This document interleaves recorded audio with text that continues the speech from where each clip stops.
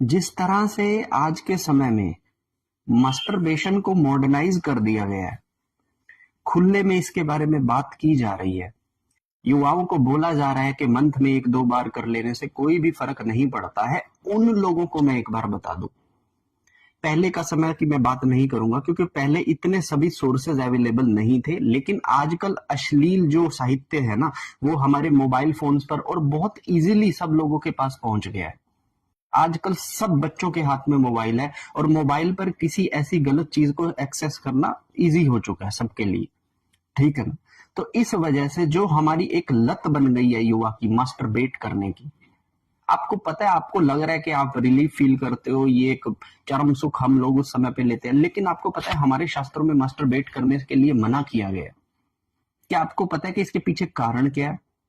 मैं आप लोगों को बताता हूं। जब भी हम मास्टरबेट जैसी चीजें करते हैं, उस समय पर काम वासना हमारे सर पर हमेशा चढ़ी होती है, और इन काम वासनाओं से जब हम किसी भी स्त्री के बारे में उसको काम अवस्था में इमेजिन करते हैं, तो हम अपने गुरु को खराब करते हैं, हम अपने शुक्र को खराब करते हैं। जब हम कभी मास्टरबेट के टाइम पर अपना वीर्य स्खलन करते हैं, अपनी पावर को डिस्चार्ज करते हैं, तो उस समय पर हमारा शुक्र दुर्गति की तरफ बढ़ता है। और एग्जाम्पल, जब इसके जो रिजल्ट्स इन चीजों के जब हमारे पास आते हैं, तो हमारा कभी भी किसी स्त्री से मोह सही हो ही नहीं सकता। कोई स्त्री हमारे लिए कभी वफादार हो ही नहीं सकती, क्योंकि हमने अपने शुक्र को गंदा कर लिया। हम कभी भी लग्जरी नेस्ट को होने के बावजूद भी उसका एंजॉय नहीं कर सकते, क्योंकि हमने अपने शुक्र को गंदा कर लिया।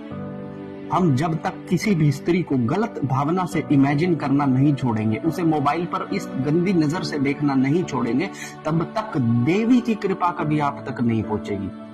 आपकी कुल की देवी भी तो एक स्त्री है, आपकी माता भी तो एक स्त्री है। आप उस चीज को जब काम वासना से देखना शुरू करते हो, तो कितनी सारी रिदम्स आप अपनी तोड़ देते हो, बिगाड़ देते हो। उसके बारे में कहूंगा तो लाइन लग जाएगी।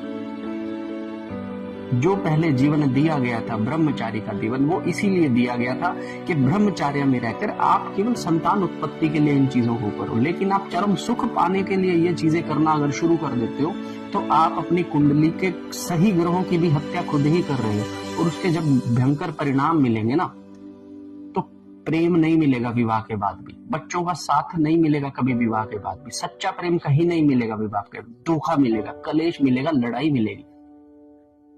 चाहे जितना मर्जी सही पार्टनर लेकर आ जाना, समझो जो शास्त्रों में कहा गया है उसे समझो। हर हर महादेव।